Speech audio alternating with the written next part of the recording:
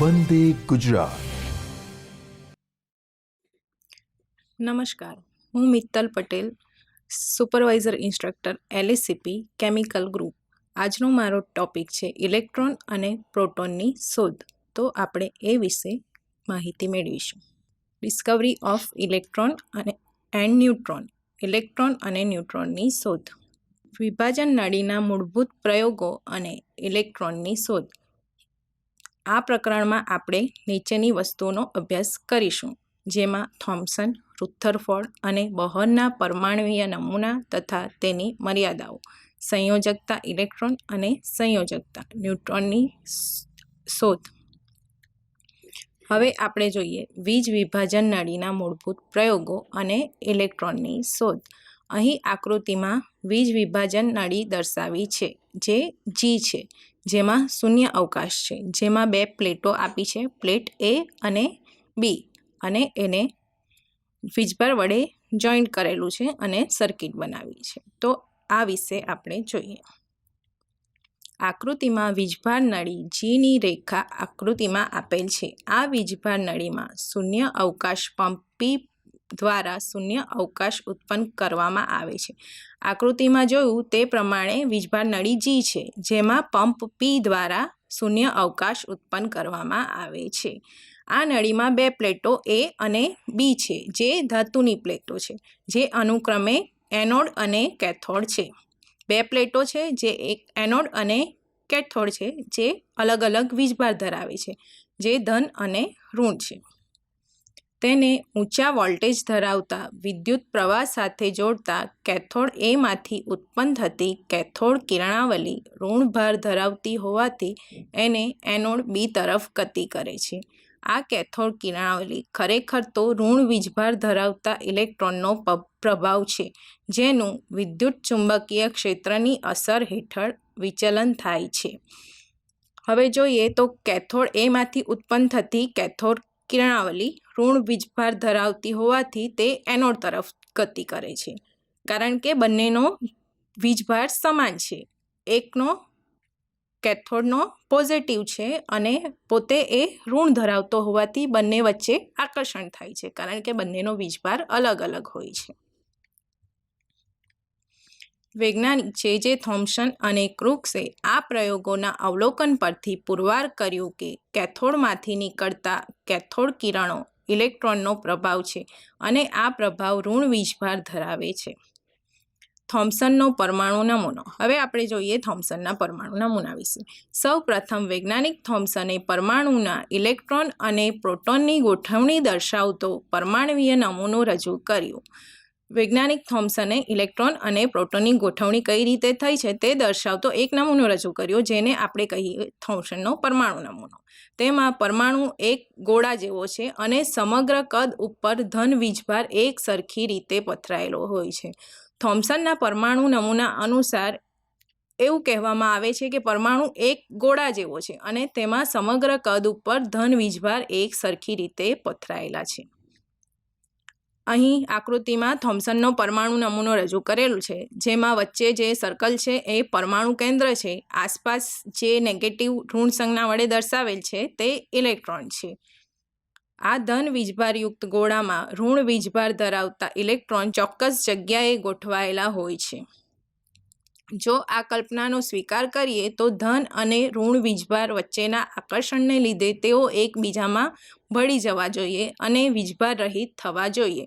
તદુપરાંત આ ગોઠવણી જુદા જુદા તત્વના અલગ અલગ રાસાયણિક ગુણધર્મો સમજાવી શકતા નથી, આમ આ નમૂનો સ્વીકાર્ય ન બન્યો। હવે આપણે આ થોમ્સનના પરમાણુ નમૂના મુજબ એક જ અણુમાં ઇલેક્ટ્રોન અલગ અલગ જગ્યાએ ગોઠવાયેલા હોય છે અને એ ફિક્સ જગ્યા હોય છે। તો આ નમૂના પરથી કહી શકાય કે પ્રોટોન અને ઇલેક્ટ્રોન જેના બંનેના વીજભારો વિરુદ્ધ છે, આ વિરુદ્ધ વીજભારો ધરાવતા હોવાથી એ લોકો બંને એકબીજા તરફ આકર્ષાય અને સમાન થઈ જવા જોઈએ, એટલે કે એક સરખા થઈ જવા જોઈએ। એથી આ નમૂનાને સ્વીકાર્ય ન ગણ્યો। થોમ્સનના પરમાણુ નમૂનાની મર્યાદાઓ. થોમ્સનના પરમાણુના નમૂનામાં અગાઉ જોયું તે પ્રમાણે પરમાણુમાં પ્રોટોન અને ઇલેક્ટ્રોન એક સમાન રીતે ગોઠવાયેલો હોય છે, પરંતુ રુથરફોર્ડના આલ્ફા પ્રકીર્ણનના પ્રયોગ પરથી નોંધવામાં આવ્યું કે પરમાણુનો મોટો ભાગ ખાલી છે. હવે જોઈએ અર્નેસ્ટ રુથરફોર્ડનો પ્રયોગ. પ્રોટોન અને ઇલેક્ટ્રોનના બનેલા સંયુક્ત પરમાણુમાં ધન વીજભાર ધરાવતો ઇલેક્ટ્રોન કરતાં 18.36 ગણો વજનદાર છે.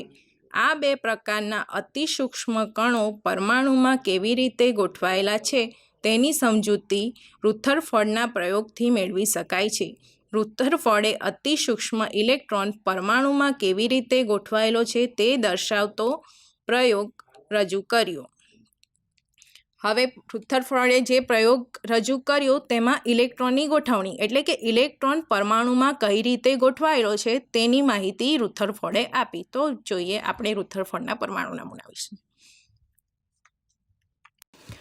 રુથરફોર્ડે સોનાનો વરખ 0.004 mm જાડાઈ પર રેડિયો સક્રિય તત્વ પોલોનિયમમાંથી નીકળતા આલ્ફા કિરણોને એક બાજુએથી આપાત કર્યા.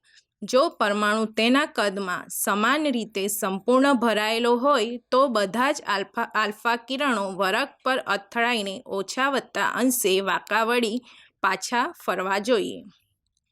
પરંતુ આર્ટરાઇટ સાથે રુથરફોર્ડે જોયું કે મોટાભાગના કિરણો સોનાના વરખમાંથી સીધા પસાર થઈ ગયા હતા, પરંતુ ખૂબ જ થોડા કિરણો સોનાના વરખને અથડાઈને અન્ય માર્ગ પર પાછા વળી ગયા હતા. પાછા ફરતા આલ્ફા કિરણો અને સીધા પસાર થતા આલ્ફા વિકિરણોનું પ્રમાણ આશરે 1:12000 હતું. અહીં આપણે જોયું કે રુથરફોર્ડમાં પસાર થાય સોનાનું વરખ જે ખૂબ જ પાતળી જાડાઈ છે, જેની થિકનેસ ખૂબ જ ઓછી છે, જેમાંથી આલ્ફા કિરણો પસાર કરવામાં આવ્યા. હવે રુથરફોર્ડે જોયું કે આલ્ફા કિરણો અહીં આકૃતિમાં દર્શાવવામાં આવ્યું છે કે આલ્ફા કિરણો જેમાંના મોટા ભાગના કિરણો સીધા પસાર થઈ જાય છે અને પાછા પરત ફરતા કિરણોની સંખ્યા ખૂબ જ ઓછી છે. આ આકૃતિમાં બતાવવામાં આવ્યું છે સીધા કિરણો જે નીકળી જાય છે અને જે ક્રોસ થાય છે એ પાછા ફરતા કિરણો છે, અને વચ્ચે જે પિંક કલરથી છે એ સોનાની પાતળી વરખ છે, પટ્ટી છે. આ પરથી રુથરફોર્ડે નક્કી કર્યું કે સોનાના પરમાણુની મધ્યમાં ખૂબ જ નાનું વજનદાર અને ધન વીજભાર ધરાવતું કેન્દ્ર હોવું જોઈએ. આ કેન્દ્રની ફરતે નહિવત વજન અને ઋણ વીજભાર ધરાવતો અતિસૂક્ષ્મ કણ ઇલેક્ટ્રોન ગોઠવાયેલો હોય છે. હવે રુથરફોર્ડે જોયું આ પરથી કે તેના કેન્દ્રમાં ધન વીજભાર ધરાવતું એક કણ હોવું જોઈએ અને કેન્દ્રની આસપાસ ઋણ વીજભાર ધરાવતું કણ હોવું જોઈએ. એટલે રુથરફોર્ડે જોયું કે કેન્દ્રની આસપાસ ઋણ વીજભાર ધરાવતો ઇલેક્ટ્રોન હોય છે અને કેન્દ્રમાં ધન વીજભાર ધરાવતો પ્રોટોન હોય છે. ફક્ત થોડા જ આલ્ફા કિરણો પરમાણુના કેન્દ્રને અથડાઈને પાછા ફરતા હતા, જ્યારે મોટાભાગના આલ્ફા કિરણો પસાર થઈ જતા હતા. એટલે કે પરમાણુ પોલો છે. જ્યારે સોનાના વરખની જાડાઈ 2 ગણી લેવામાં આવી ત્યારે અથડાઈને પાછા ફરતા કિરણોની સંખ્યા 2 ગણી થઈ હતી. હવે જો જ્યારે થિકનેસ એની વધારવામાં આવી, જે સોનાનું પાતળું પડ લેવામાં આવે છે એની થિકનેસ જ્યારે ડબલ કરવામાં આવી તો પાછા ફરતા જે આલ્ફા કિરણો છે એની સંખ્યા પણ ડબલ થઈ.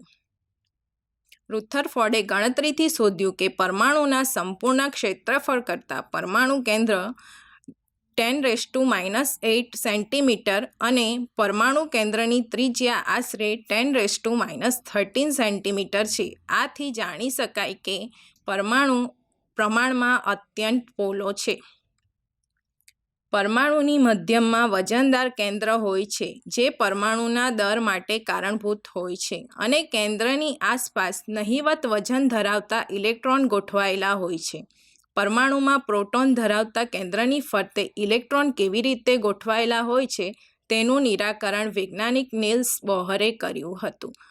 હવે રુથરફોર્ડે અહીં સાબિત કર્યું કે પરમાણુની કેન્દ્રમાં પ્રોટોન હોય છે અને જે ધન વીજભાર ધરાવે છે, અને પરમાણુના કેન્દ્રની આસપાસ ઇલેક્ટ્રોન હોય છે જે ઋણ વીજભાર ધરાવે છે. 1910 સુધીમાં પ્રોટોન અને ઇલેક્ટ્રોન જેવા બે મૂળભૂત કણો શોધાયા હતા. પ્રોટોનના વજન ઇલેક્ટ્રોનના દળ કરતાં 1836 ગણું વધારે છે.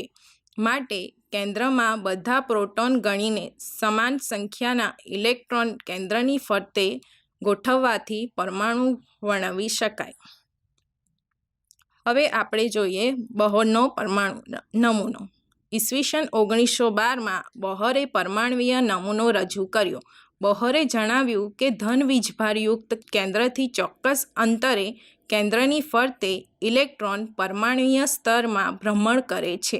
પરમાણુમાં પરમાણુના કેન્દ્રની ચોક્કસ અંતરે આવેલા આ પરમાણ્વીય સપાટીને ઇલેક્ટ્રોનનું શક્તિ સ્તર કહે છે. હવે રુથરફોર્ડે એ તો સાબિત કરી આપ્યું કે કેન્દ્રની આસપાસ ઇલેક્ટ્રોન છે, પરંતુ બોહરે જણાવ્યું કે એ ઇલેક્ટ્રોન કયા સ્તરમાં ગતિ કરે છે. તો જોઈએ આપણે બોહરનો પરમાણુ નમૂનો. આ કક્ષામાં સતત કેન્દ્રથી ભ્રમણ કરતો ઇલેક્ટ્રોન ઉર્જા ગુમાવતો નથી. માટે આવી કક્ષાઓને બોહરે સ્થિર કક્ષાઓ કહી. કેન્દ્રની નજીકની કક્ષાની શક્તિ સૌથી ઓછી હોય છે. કેન્દ્રથી દૂર રહેલા કક્ષાઓમાં શક્તિ ક્રમશઃ વધે છે. હવે જોઈએ કે ઇલેક્ટ્રોન સતત ભ્રમણ કરતો હોય છે અને જે ઇલેક્ટ્રોન ગુમાવતો નથી તે સ્થિર કક્ષાઓ હોય છે. હવે જો કેન્દ્રની નજીકના કક્ષાની શક્તિ ઓછી હોય છે, જેમ જેમ કેન્દ્રથી દૂર જાય તેમ તેમ કક્ષાની શક્તિ ક્રમશઃ વધતી જાય છે. બોહરે રજૂ કરેલા પરમાણ્વીય નમૂના અનુસાર પરમાણ્વીય કેન્દ્રની ફરતે ઇલેક્ટ્રોનની ગોઠવણી નીચે પ્રમાણે દર્શાવી શકાય. કેન્દ્રની નજીકની પહેલી કક્ષા કે જેમાં 2 ઇલેક્ટ્રોન સમાવી શકાય. બીજી કક્ષા L કે જેમાં 8 ઇલેક્ટ્રોન સમાવી શકાય. ત્રીજી કક્ષા M કે જેમાં વધારેમાં વધારે 18 ઇલેક્ટ્રોન સમાવી શકાય. અને ચોથી કક્ષામાં વધારેમાં વધારે 32 ઇલેક્ટ્રોન સમાવી શકાય. અગાઉ આપણે જોયું કે મુખ્યત્વે 4 કક્ષા છે અને 4 કક્ષામાં પહેલી કક્ષામાં જે પ્રથમ કક્ષા છે એમાં વધુમાં વધુ 2 ઇલેક્ટ્રોન સમાવી શકાય છે. ત્યારબાદ આવે છે બીજી કક્ષા જેમાં વધુમાં વધુ 8 ઇલેક્ટ્રોન સમાવી શકાય છે. ત્યારબાદ આવે છે ત્રીજી કક્ષા જેમાં વધુમાં વધુ 18 ઇલેક્ટ્રોન સમાવી શકાય છે.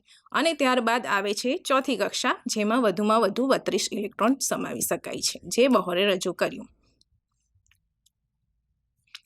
બીજી, ત્રીજી, ચોથી કક્ષામાં ગૌણ કક્ષા હોય છે જેને કક્ષક કહે છે. સામાન્ય રીતે ઇલેક્ટ્રોનની ગોઠવણી ક્રમાનુસાર થાય છે. શરૂઆતની કક્ષામાં ઇલેક્ટ્રોન ગોઠવાયા પછી જ વધારાના ઇલેક્ટ્રોનની ગોઠવણી તબક્કાવાર થાય છે. અગાઉ આપણે જોયું કે ઇલેક્ટ્રોનમાં કક્ષાની ગોઠવણી જેનું સૂત્ર છે 2n⁻². એ પ્રમાણે કક્ષાની ગોઠવણી થયેલ હોય છે જે બતાવે છે, જેમાં n બરાબર 1, 2, 3, 4 દર્શાવી શકાય. કોઈપણ તત્વના તટસ્થ પરમાણુમાં રહેલા પ્રોટોન અને ઇલેક્ટ્રોનની સંખ્યાને તે તત્વનો પરમાણ્વીય ક્રમાંક કહે છે. અગાઉ આપણે જોઈ ગયા કે પરમાણુ ક્રમાંક એટલે તત્વમાં રહેલા પ્રોટોન અને ઇલેક્ટ્રોનની સંખ્યા. બોહરના પરમાણ્વીય નમૂનાની મર્યાદાઓ આપણે જોઈશું. રુથરફોર્ડના પરમાણુના કેન્દ્રીય નમૂનાના સુધારા તરીકે ગણવામાં આવે છે, કારણ કે બોહરનો પરમાણ્વીય નમૂનો પરમાણુ અથવા આયનની સ્થાયીતા અંગે માહિતી આપે છે. બોહરના પરમાણ્વીય નમૂનાની મર્યાદાઓ નીચે મુજબ છે. બોહરના પરમાણ્વીય નમૂનાની મદદથી હાઇડ્રોજન વર્ણપટની વધુ સારી સમજૂતી આપી શકતા નથી, કારણ કે વર્ણપટની 2 રેખાઓ અત્યંત નજીક હોય તો તેની સમજૂતી મળી શકતી નથી. બોહરના પરમાણ્વીય નમૂનાની મદદથી હાઇડ્રોજન સિવાયના અન્ય પરમાણુના વર્ણપટ સમજવામાં નિષ્ફળ નીવડે છે. વર્ણપટની રેખાઓને ચુંબકીય ક્ષેત્રની અસર હેઠળ થતું વિભાજન સમજવામાં પણ તે નિષ્ફળ નીવડે છે. પરમાણુ વચ્ચે રાસાયણિક બંધ રચી અણુ બનવાના ઉપાય અંગે પણ બોહરનો નમૂનો માહિતી આપી શકતો નથી. હવે જોઈએ સંયોજકતા ઇલેક્ટ્રોન અને સંયોજકતા. પરમાણુમાં રહેલા ઇલેક્ટ્રોન પરમાણુ કેન્દ્રની ફરતે આવેલી જુદી જુદી કક્ષાઓમાં વધતી જતી ઉર્જાના પ્રમાણમાં ગોઠવાયેલા હોય છે. કક્ષાઓમાં ઇલેક્ટ્રોનની ગોઠવણી કરતાં સૌથી બહારની કક્ષામાં ગોઠવાયેલા ઇલેક્ટ્રોન પરમાણુના ઉત્સર્જન વર્ણપટ અને પરમાણુના રાસાયણિક ગુણધર્મ માટે જવાબદાર છે. તેને સંયોજકતા ઇલેક્ટ્રોન કહે છે. સંયોજકતા કક્ષામાંના ઇલેક્ટ્રોનની સંખ્યા પરમાણુની સંયોજકતા છે. સંયોજકતા બરાબર સંયોજકતા કક્ષામાંના ઇલેક્ટ્રોનની સંખ્યા. હવે પરમાણુની સૌથી બાહ્યતમ કક્ષા, એમાં જે ઇલેક્ટ્રોન રહેલા હોય છે, જે ક્યાં ગુમાવે અથવા મેળવે તો તેને કહેવાય તેની સંયોજકતા, અને જે કક્ષા છે તેને કહેવાય તેની સંયોજકતા. કોઈ પણ તત્વ હોય એ સ્થિરતા પ્રાપ્ત કરવા માટે ક્યાં ઇલેક્ટ્રોન આપે છે અથવા મેળવે છે. આ આપી અથવા મેળવીને એ ઋણભારિત અથવા ધનભારિત થાય છે, જે આપણે અગાઉના ચેપ્ટરમાં જોઈ ગયા. તો આને કહેવાય, જેટલા ઇલેક્ટ્રોનની આપલે કરે છે તેને કહેવાય તેની સંયોજકતા. હવે જોઈએ ન્યુટ્રોનની શોધ.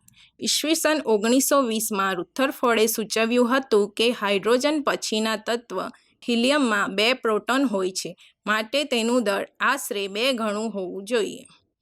પરંતુ તે 4 ગણું હોવાથી આ દળ શેને આભારી છે તે શોધવું જરૂરી બન્યું. પરમાણુ કેન્દ્રમાં વીજભાર વગરના પરંતુ લગભગ પ્રોટોનના જેટલા વજનના કણનું અસ્તિત્વ હોઈ શકે છે, જે કણને ન્યુટ્રોન તરીકે દર્શાવાયો. આમ છતાં કેટલાક વર્ષો સુધી ન્યુટ્રોનની ઉપસ્થિતિ માટે પ્રત્યક્ષ પુરાવા મળ્યા નહીં, પરંતુ ઈસવીસન 1932માં ચેડવિકે રેડિયો સક્રિયતાના ક્ષેત્રે સંશોધન કરતા પરમાણુના આ મૂળભૂત કણ ન્યુટ્રોનની શોધ કરી.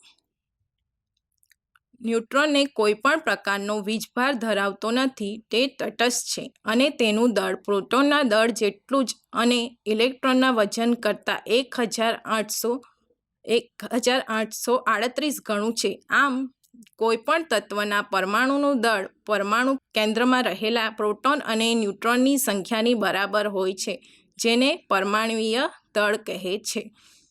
હવે તત્વના પરમાણુનું દળ પરમાણુના કેન્દ્રમાં રહેલા પ્રોટોન અને ન્યુટ્રોનની સંખ્યા. પરમાણુ દળ એટલે જે પરમાણુ કેન્દ્રમાં પ્રોટોન અને ન્યુટ્રોન હોય, જેનું દળ હોય છે તેની સંખ્યા, તેને કહેવાય પરમાણુ દળ. હવે જોઈએ કે પ્રોટોન એ ધન વીજભાર ધરાવે છે, જ્યારે ન્યુટ્રોન એ વીજભાર વિહીન છે, પરંતુ એ બંનેનું જે સરવાળો થાય છે તેને આપણે પરમાણુ દળ કહી શકીએ. અહીં પરમાણુ દળનું સૂત્ર આપ્યું છે કે A બરાબર P+N. પરમાણ્વીય દળ A બરાબર પ્રોટોનની સંખ્યા વત્તા ન્યુટ્રોનની સંખ્યા. દાખલા તરીકે કેન્દ્રમાં 6 પ્રોટોન અને 6 ન્યુટ્રોન ધરાવતા કાર્બન પરમાણુનું પરમાણ્વીય દળ A બરાબર 6 વત્તા 6 બરાબર 12 છે. તે જ રીતે કેન્દ્રમાં 11 પ્રોટોન અને 12 ન્યુટ્રોન ધરાવતા સોડિયમ પરમાણુનું પરમાણ્વીય દળ A બરાબર 11 વત્તા 12 બરાબર 23 છે. આપે આ મારો લેક્ચર ડિસ્કવરી ઓફ ઇલેક્ટ્રોન અને ન્યુટ્રોન શાંતિથી સાંભળ્યો એ માટે ખૂબ ખૂબ આભાર.